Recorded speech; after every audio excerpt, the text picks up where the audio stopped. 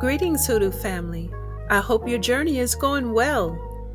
I want to thank all of you who have subscribed to my channel, and I want to welcome all of the visitors here. But most of all, just thanking you for having an interest in traditional hoodoo of our ancestors. So, family, today I want to talk to you about doing hoodoo work against people who might be stalking you. This could be a stranger, this could be an ex or a former friend or an associate.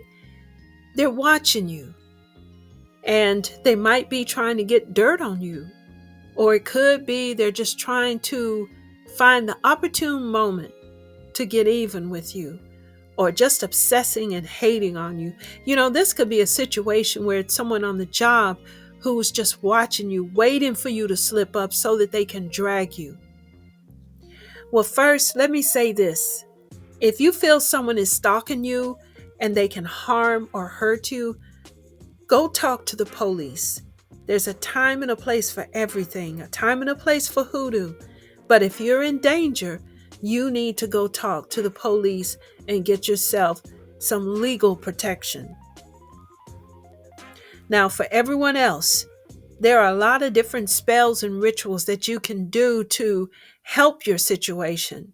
But before you do anything, before you test out any of the spells out here, there is something very important that you need to know that I don't see shared around. This is traditional hoodoo. This is real hoodoo. This is something critical you need to know before you go working against someone in these type situations. First, if your stalker or your hater is your children's father or mother, or the stalker or hater has children themselves, you absolutely must target the work specifically to that individual. If you don't know what you're doing, family, please go see a professional root worker to have this type work done for you. And the reason I say this is because oftentimes this is how generational curses get started. This is how generational curses get placed on a family. If the stalker or hater is the father or mother of your children, whatever you cast at that person has the possibility of reaching down and impacting your children because they are related, blood to blood, spirit to spirit. You think you harming the stalker, but in reality, you're bringing bad luck and calamity on your own children, those that you love the most. Now, I know there are some people who might disagree with this, but I'm telling you this because I've seen this happen too many times. And I can give you real life situations that have happened. Real hoodoo of our ancestors' family is not a game. This is real. Anytime, remember, anytime you are working blood of blood, spirit of spirit, you need to be careful that you don't hurt other innocent people. And these could be people that you love, people that are very close to you, people who are innocent and have nothing to do with the actions or behaviors of your target. Now, I've said it before and I'll say it here. When you're doing hoodoo work, it is always good to have something of your targets that you can focus your work on. I know in some situations this is almost impossible. You can't get hair clippings or nail clippings or a piece of their clothing, piece of their shoe, or anything that has their essence on it. So I have a work that you can do that will also keep your hands clean if the target is in the wrong.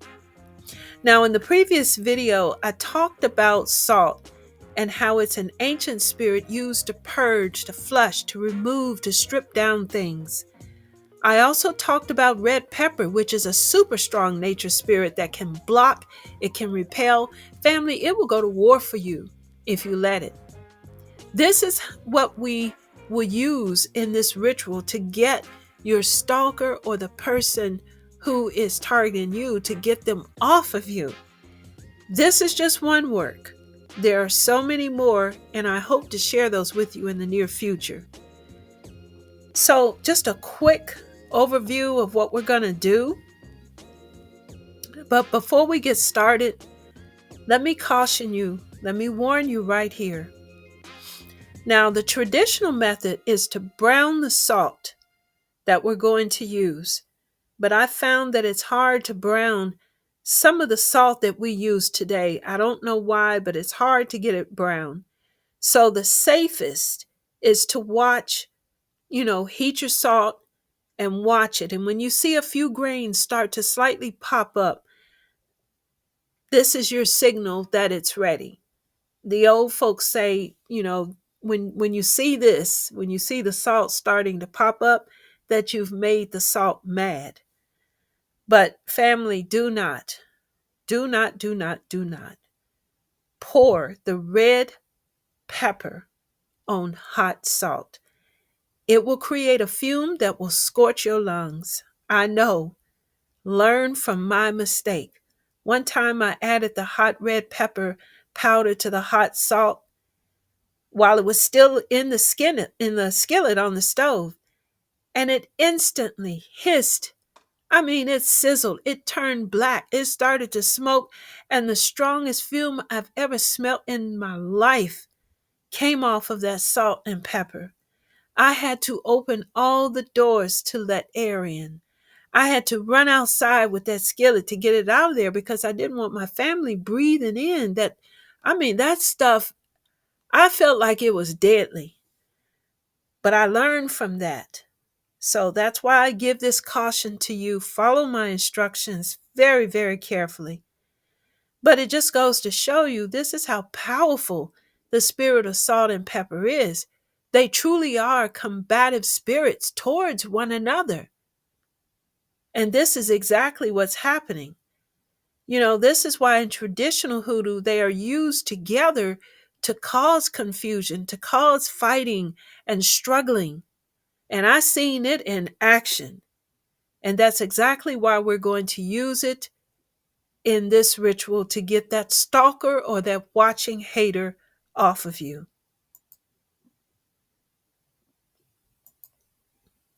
So at night, after midnight, warm the salt on the stove over medium-high heat, just the salt by itself in your pan. Let it get hot until you see a few grains of salt starting to jump up. When you see this, turn off the heat and let it cool down. Place it in a bowl and mix a tablespoon of red cayenne pepper into the salt. Now next, I want you to call out the target's name over this mixture.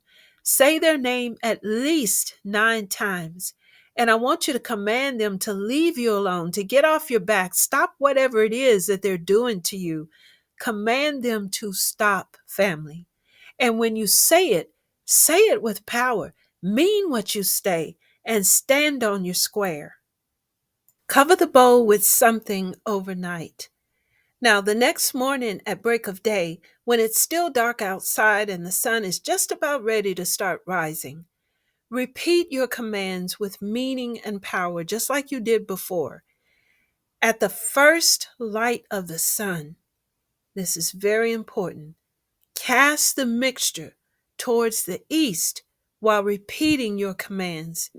Now, family, make sure that the wind is not blowing at you, towards you, or you'll end up with salt and red pepper in your face, and that's not going to be nice. But after you cast your mixture towards the sun, you're repeating your commands. Walk away and let the universe do its work. So I really hope this has been helpful. There are other hoodoo works that you can try, and I'll post some of these hopefully in the near future. But family, if you'd like to learn traditional hoodoo, go check out my Hoodoo Basic Training textbook. This is a self-guided study program that has lessons, it has quizzes, charts, resources, instructions for spells, instructions for rituals. You learn about hoodoo powers, you learn about vessels, all the vessels, history of hoodoo. You learn hoodoo beliefs, You learn Hoodoo enemy works, protection, prosperity, love, uncross, and foot track work. A lot of information in this book. So each of these lessons is intended to empower you and build you higher and higher in your skill set. So this is a great place to start your Hoodoo journey. You can visit my website. Like I said, the link is in the description. Well, family, I wish you a strong and prosperous Hoodoo journey, and I'll see you in the next video.